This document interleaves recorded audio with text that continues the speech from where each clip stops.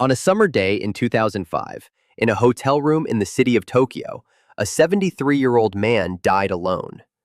There was nothing about the scene to suggest that the quiet, elderly man who had passed away in that room was anything other than ordinary.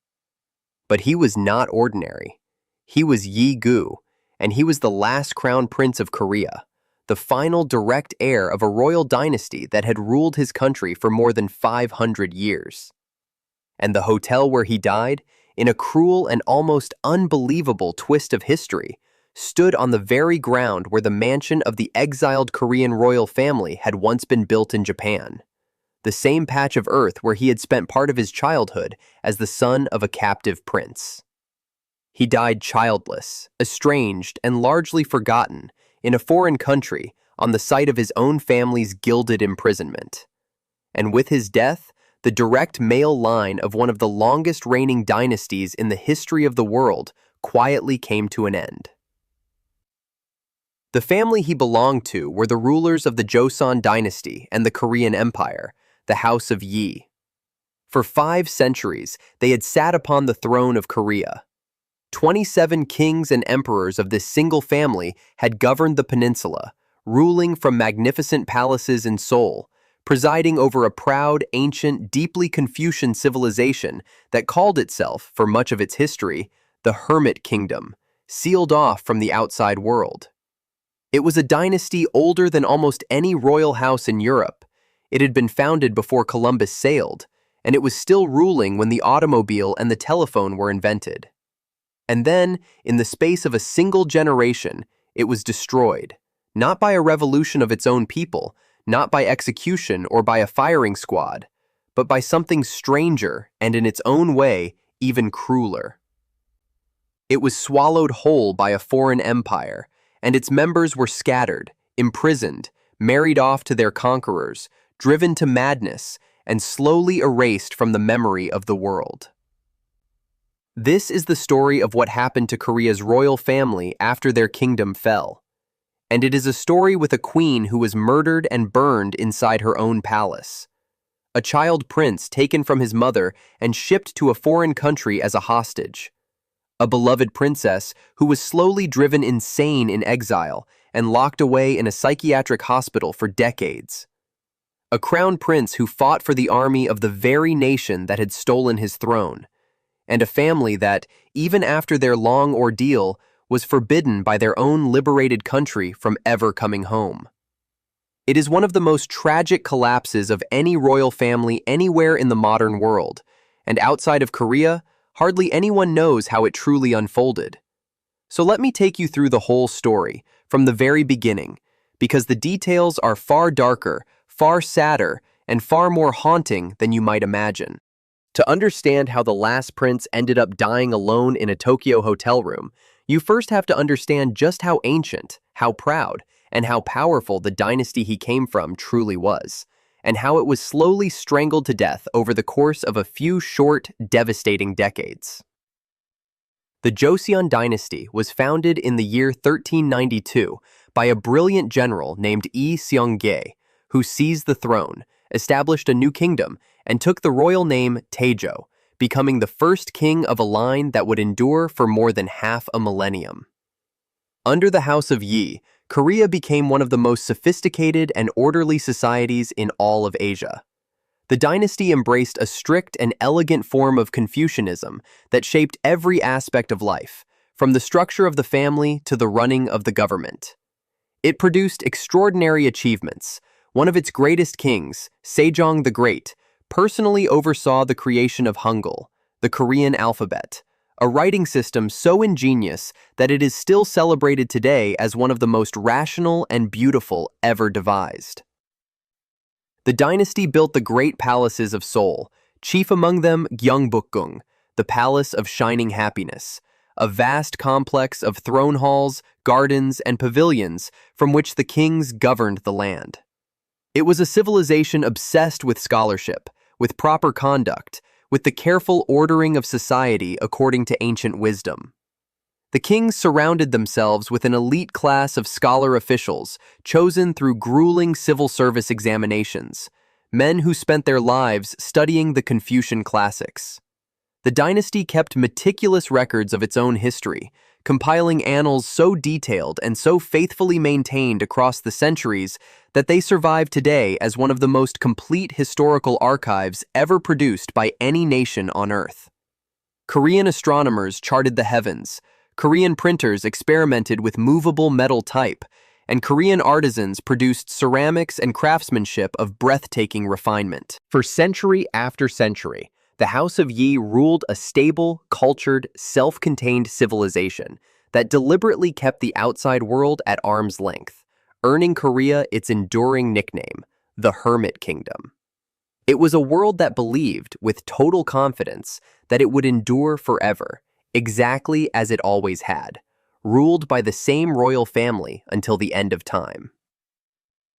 But by the 19th century, that isolation had become a fatal weakness. While Korea looked inward, the world around it was changing with terrifying speed.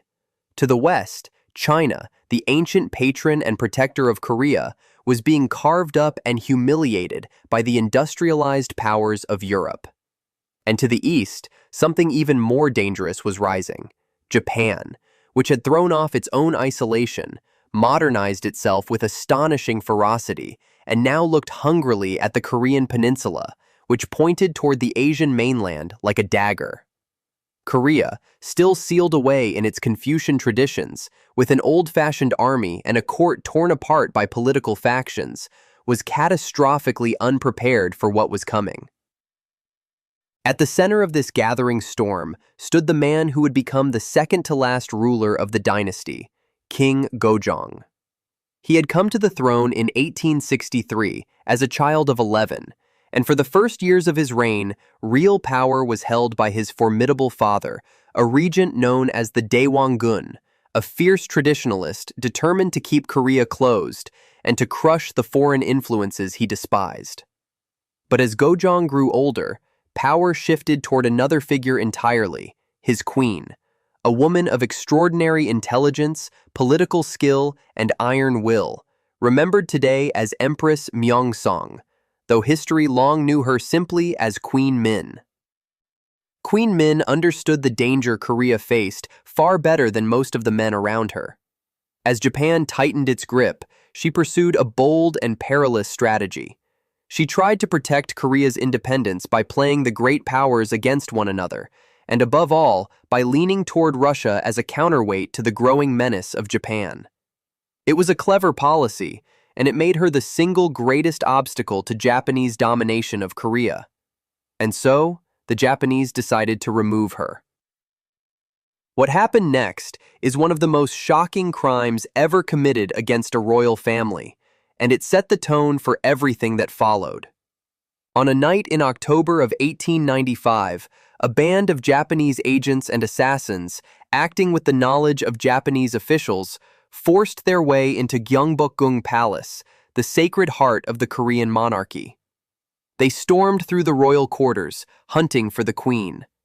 When they found her, they cut her down, murdering the Queen of Korea inside her own home. And then, in an act of appalling brutality meant to destroy any trace of her, they carried her body out into the palace grounds and burned it.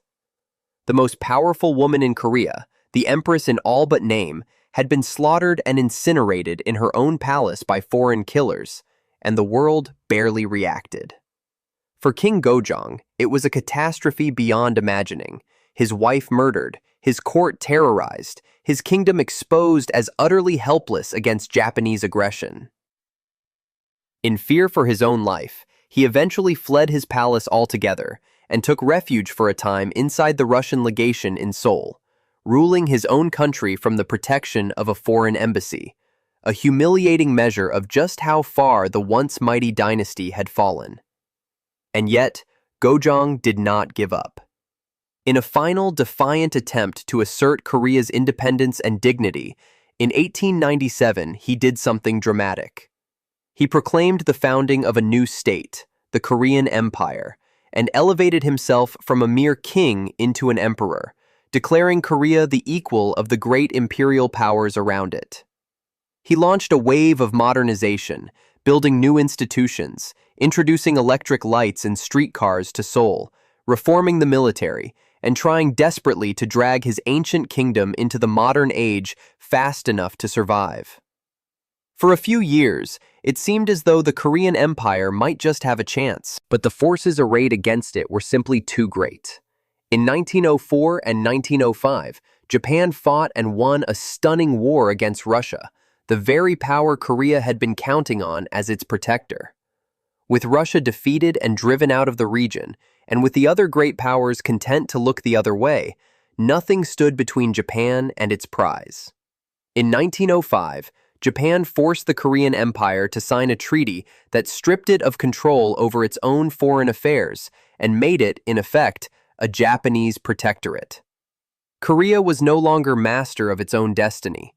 Gojeong, refusing to accept this quietly, made one last desperate gamble. In 1907, he secretly sent envoys halfway around the world to an international peace conference in the city of The Hague, in the Netherlands, hoping to plead Korea's case before the assembled powers of the world and expose the injustice being done to his country. It was a brave and hopeless act. The envoys were denied a hearing, and the mission failed.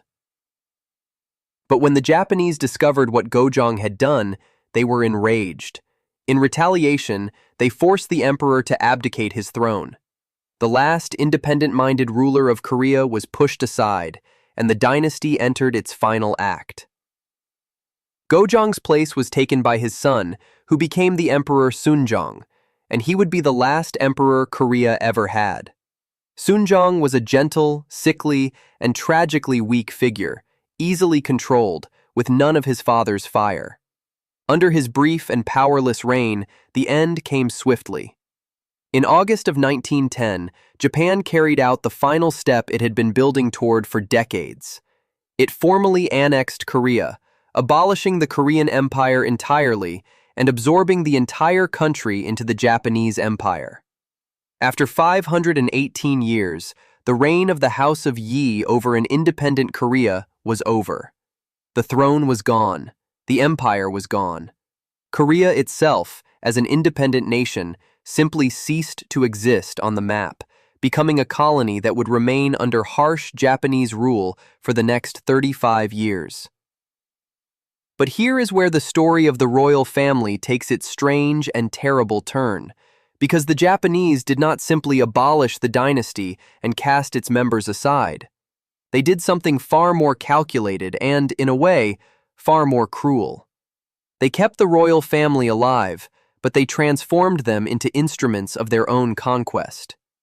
The last emperor, Sunjong, was stripped of his imperial title and demoted to the rank of a mere king within the Japanese system, no longer the emperor of Korea, but simply the head of the household that Japan now referred to as the Yi royal family, a branch of Japanese nobility kept as pampered, powerless prisoners inside their own palaces in Seoul.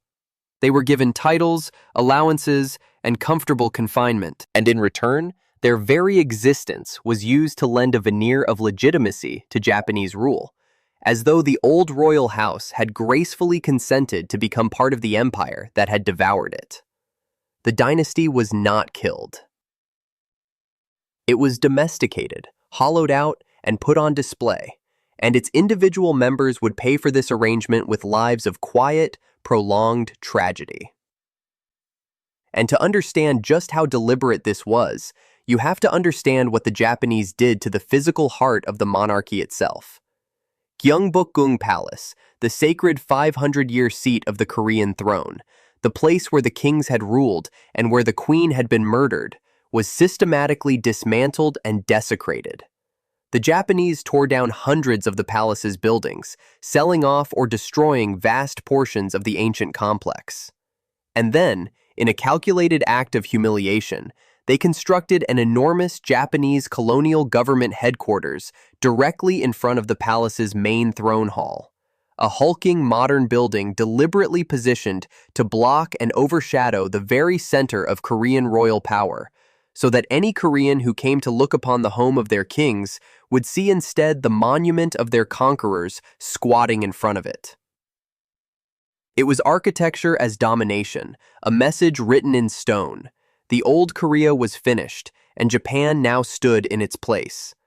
This was the world the surviving members of the royal family were forced to inhabit, a world in which every symbol of their former greatness had been defaced, and in which they themselves had been reduced to living props in the theater of their own defeat. Consider first the fate of the crown prince, the young man who should one day have ruled Korea.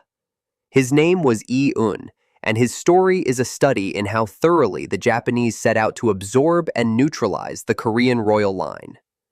He was a son of Gojong, and while he was still a small boy in 1907, he was taken from his family and shipped away to Japan, ostensibly to receive a proper education. In reality, he was a hostage.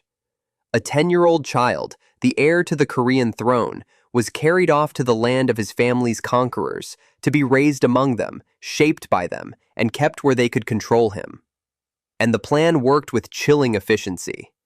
Lee-un grew up in Japan, educated in Japanese schools and Japanese military academies. He was molded into a Japanese officer, and he rose through the ranks of the Imperial Japanese Army until he became a lieutenant general, a high-ranking commander in the very army of the empire that had annexed his homeland and murdered his stepmother. The Crown Prince of Korea spent his adult life in the uniform of Korea's oppressor. And then the Japanese took their strategy of absorption one devastating step further. To bind the Korean royal line to Japan by blood and to erase its separate identity forever, they arranged a marriage for Lee-un, not to a Korean noblewoman, but to a Japanese princess.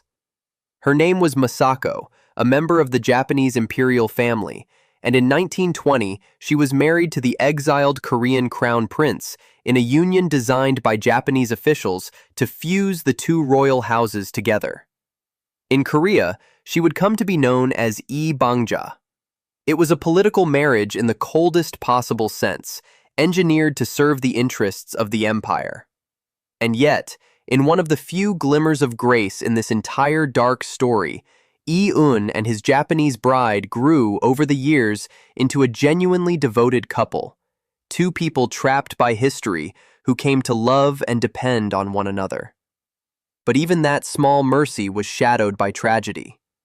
Their first son, born in the early 1920s, died as an infant during a visit to Korea, under circumstances that many at the time found suspicious, and dark rumors of poisoning swirled around the child's death, though nothing was ever proven.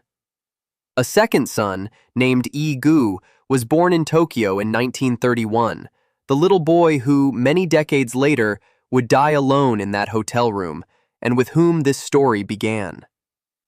But as tragic as the Crown Prince's life was, the single most heartbreaking fate of any member of the Korean royal family belonged to a woman, to Gojong's beloved youngest daughter, the Princess Deokhye. She had been born in 1912, when the old emperor was already an elderly man, and he doted on her as the precious, late-born child of his final years, a rare source of joy in a life filled with humiliation and loss. But being loved by the fallen emperor could not protect her. After Gojong died in 1919, a death that many Koreans believed, then and now, was hastened by Japanese poison, the grief and fury of the nation boiled over. His death became the spark for one of the most extraordinary events in modern Korean history, the March 1st movement of 1919, when millions of ordinary Koreans from every corner of the peninsula poured into the streets to declare their independence and to protest Japanese rule, waving forbidden flags and reading aloud a declaration of freedom. The Japanese authorities crushed the uprising with savage force, killing, wounding, and imprisoning thousands, but the movement lit a fire of national resistance that would never again be fully extinguished, and it gave birth to a Korean independence movement that would fight on, in exile and underground, for the next quarter of a century. It was, in a sense, the old emperor's final gift to his people, that his death and the suspicion surrounding it awakened a nation. But for his family, the aftermath brought only more loss, as the Japanese, unsettled by the scale of Korean defiance, tightened their grip still further and turned their attention to his cherished young daughter. In 1925, when Deokhye was just 13 years old, they took her too, carrying her away to Japan just as they had taken her brother years before, tearing her from her home and her country under the same hollow pretext of education. For the sensitive young princess, exile in the land of her family's conquerors was a slow-motion catastrophe. Isolated, homesick, cut off from everything and everyone she had ever known, watched constantly, and acutely aware that she was a captive dressed up as a guest, Deokhye began to break. Her mental health, fragile to begin with under such crushing circumstances, started to deteriorate. She grew withdrawn and troubled, and in time she was showing clear signs of serious mental illness. And still, the Japanese pressed on with their plans for her. In 1931, they arranged her marriage, as they had arranged her brother's, to a Japanese aristocrat, a count named So Takeyuki. She bore him a daughter, but her condition only worsened. As the years passed, the princess sank deeper into mental illness, and eventually she was committed to a psychiatric hospital in Japan, where she would remain, largely forgotten by the world, for a very long time. Her marriage collapsed and ended in divorce, and then came perhaps the cruelest blow of all. Her only daughter, her one connection to a future, vanished. As a young woman, Deokhye's daughter left behind a note suggesting she intended to take her own life, walked away, and was never seen again, her body never found. The Princess of Korea, the Emperor's beloved child, was now utterly alone, divorced, childless, her mind shattered, locked away in an asylum in a foreign land, a living ghost of a vanished dynasty. It is difficult to imagine a more complete and more sorrowful destruction of a single human life. Meanwhile, back in Korea, the last emperor, Sunjong, lived out his final years as a powerless figurehead confined to his palace, and when he died in 1926, his funeral became the occasion for another great outpouring of grief and anti-Japanese protest, as Koreans mourned not just a man, but the final extinguishing of their independent monarchy. One by one, the pillars of the old dynasty were falling away, and the surviving members were scattered across Korea and Japan, captives and exiles all. And then, in 1945, everything changed, though not in the way the royal family might have hoped. Japan was defeated in the Second World War, its empire collapsed, and Korea was suddenly, joyously liberated after 35 years of colonial oppression. One might imagine that this would have been the moment of the royal family's redemption, that the surviving members of the House of Yi, who had suffered so grievously under Japanese rule, would be welcomed home as living symbols of the nation's endurance. But that is not what happened. Instead, the fall of Japan plunged the royal family into a new and bitter limbo. With the collapse of the Japanese Empire, Yi-un and the others lost the royal status and the allowances that Japan had granted them, leaving them suddenly adrift, their fortunes gone, their position erased for a second time. And their own liberated homeland turned its back on them. Korea, now freed, was swept up in the currents of a new age, an age of republics, not kings. In the south, a fiercely Republican and strong-willed leader named Syngman Rhee rose to become the first president of the new Republic of Korea. And Rhee had no interest whatsoever in seeing the old royal family return to prominence. Whether out of Republican principle, personal rivalry, or simple political calculation, he viewed the surviving members of the House of Yi as potential threats to the legitimacy of his new republic, and he effectively barred them from coming home. And so, in one of the bitterest ironies of the entire story, the members of the Korean royal family, who had endured decades of captivity, forced marriage, madness, and exile at the hands of the Japanese precisely because they were Korea's royalty, now found themselves stranded abroad, stateless and unwanted, forbidden by the very country they symbolized from ever returning to it. Yi-un, the aging crown prince, was left in Japan, his health failing, his life in ruins, a man without a throne, without a nation, and now without even a home to return to. It was not until the 1960s, after Syngman Rhee had finally fallen from power and a new government under Park Chung-hee had taken his place, that the door home was at last opened. And by then, it was almost too late. The new government extended an invitation, and the scattered survivors of the dynasty were finally permitted to return to Korean soil. Princess Deokhye came home first, in the early 1960s, after nearly 4 decades away, but she returned as a frail, mentally ill, prematurely aged woman, a shadow of the bright child her father had once adored, her mind still lost in the fog of her long illness. Yi-eun, the crown prince, returned shortly afterward in 1963, but he too came home broken. He had suffered a severe stroke and was gravely incapacitated, unable even to fully appreciate that he had at last set foot again in the country he had been taken from as a boy of 10. He lived out his final years in a quiet residence within the grounds of one of the old royal palaces, cared for until his death in 1970. There is, amid all this sorrow, one figure who emerges with genuine and unexpected grace, and remarkably, it is the Japanese princess who had been married off to the crown prince all those years before. Yi Bangja, born Masako, could easily have abandoned her adopted country and returned to the comfort of her native Japan after her husband's death. Instead, she chose to stay in Korea, the land of her late husband, and to devote the rest of her life to it. She threw herself into charitable work, founding and supporting institutions for disabled and intellectually challenged children, pouring her energy and her compassion into helping Korea's most vulnerable. Over the years, this woman who had arrived as an unwelcome symbol of Japanese domination transformed herself, through sheer goodness, into a beloved figure in Korean life, honored and cherished by the very people who might once have resented her. She lived until 1989, and when she died, Korea mourned her as one of its own.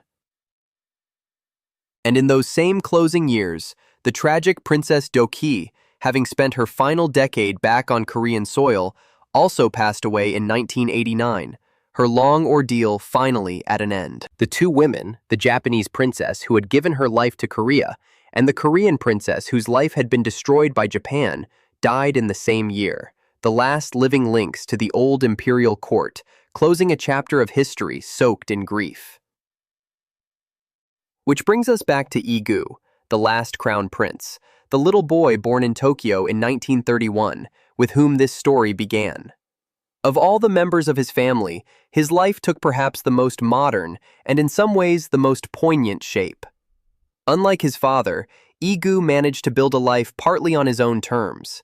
He was intelligent and ambitious, and he traveled to the United States, where he studied architecture at the Massachusetts Institute of Technology, one of the finest universities in the world, and went on to work as an architect in New York City, even joining the firm of the legendary designer I.M. Pei. For a time, it seemed he might escape the gravitational pull of his family's tragic history and forge a genuinely independent future in America. While there, he met and married an American woman named Julia Mullock, a designer of Ukrainian and European descent, and by every account it was a genuine love match, two people who had found each other far from the burdens of Egu's royal past. For a while, they lived the life of a modern, cosmopolitan couple in New York, an architect and his wife, building careers, making a home, seemingly free.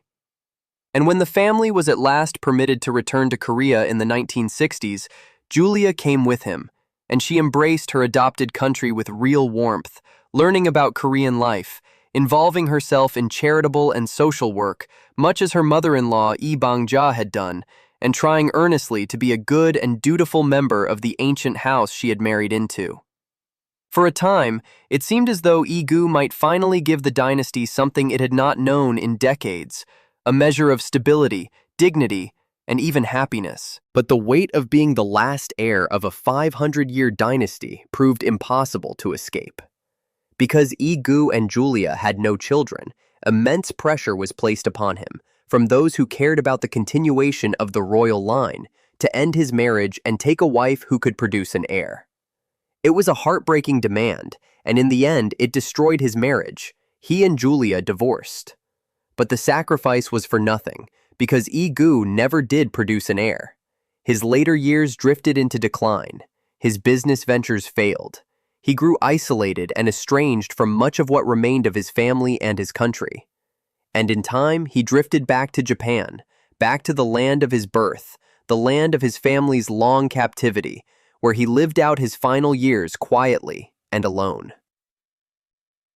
And there, in 2005, in that hotel room built upon the very ground where his family's Japanese residence had once stood, the last crown prince of Korea died, childless and solitary, bringing the direct line of the House of Yi to its silent and sorrowful end. So what has become of the dynasty in the years since? In the strictest sense, the main line died with Gu.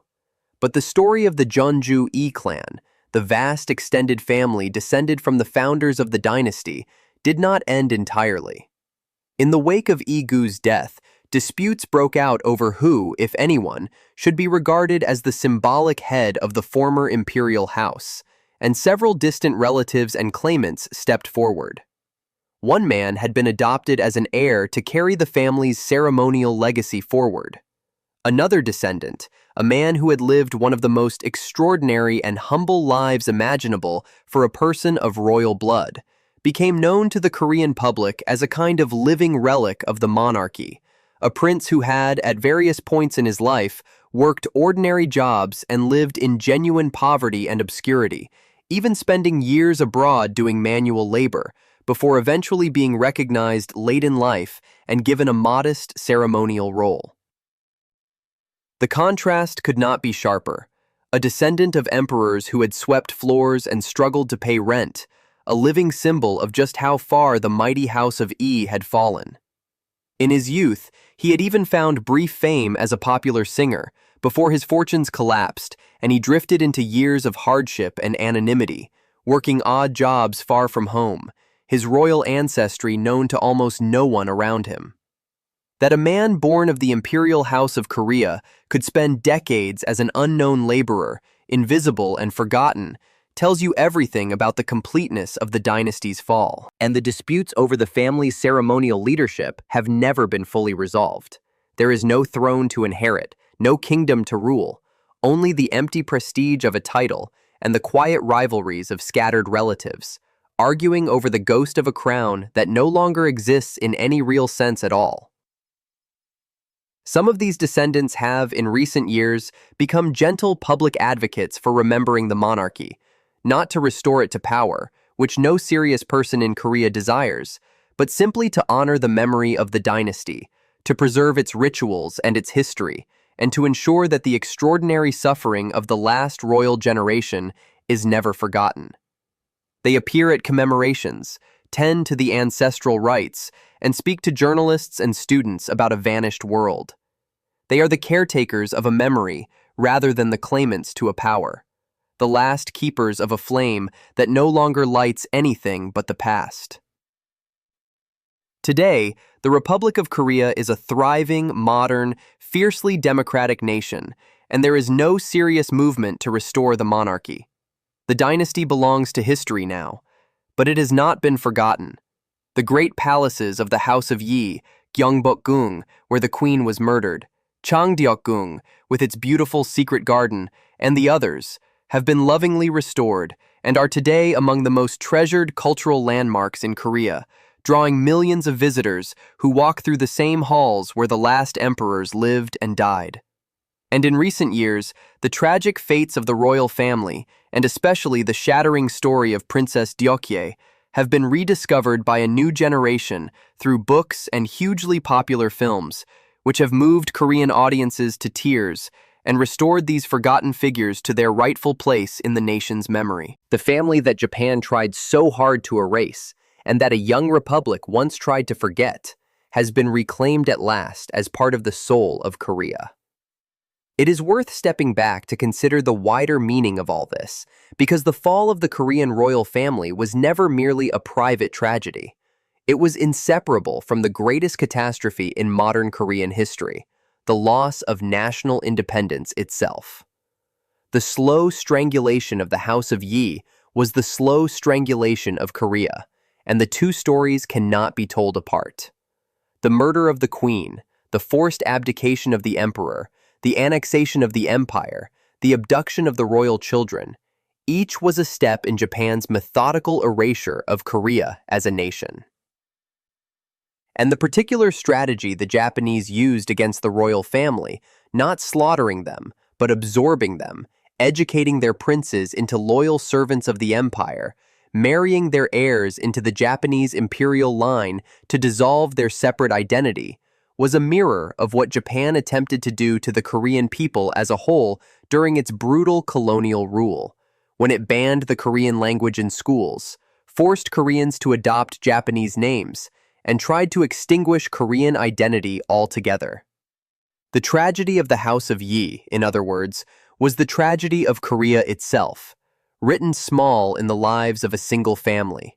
And even after liberation came in 1945, the peninsula's suffering was far from over, for the country was almost immediately divided in two, north and south, a division that would lead to a devastating war and that endures, painfully, to this very day.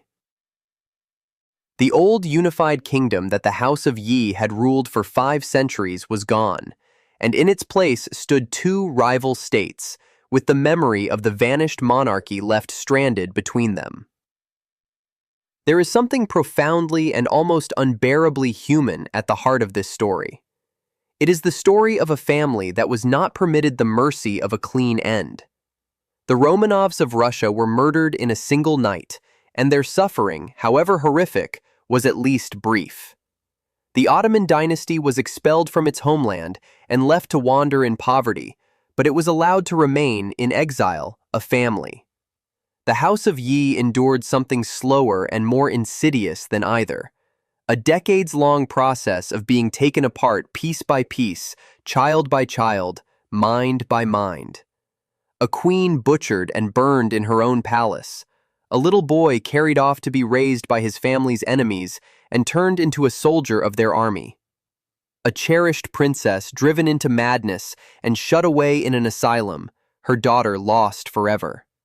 A crown prince who came home only after a stroke had robbed him of the ability to know that he had. A final heir who died alone and childless in a hotel room on the site of his family's captivity. This was not the fall of a dynasty, so much as its patient, deliberate dismemberment, and the survivors were left to carry the wreckage of it through long lives of exile, illness, and loss. And yet, the House of Yi was not entirely extinguished. The bloodline of the Jeonju Yi clan survives, scattered and diminished, and the memory of the dynasty lives on more powerfully today than it has in generations, in the restored palaces of Seoul, in the films that have made a nation weep for its lost princess, and in the quiet pride of a people who have reclaimed their history.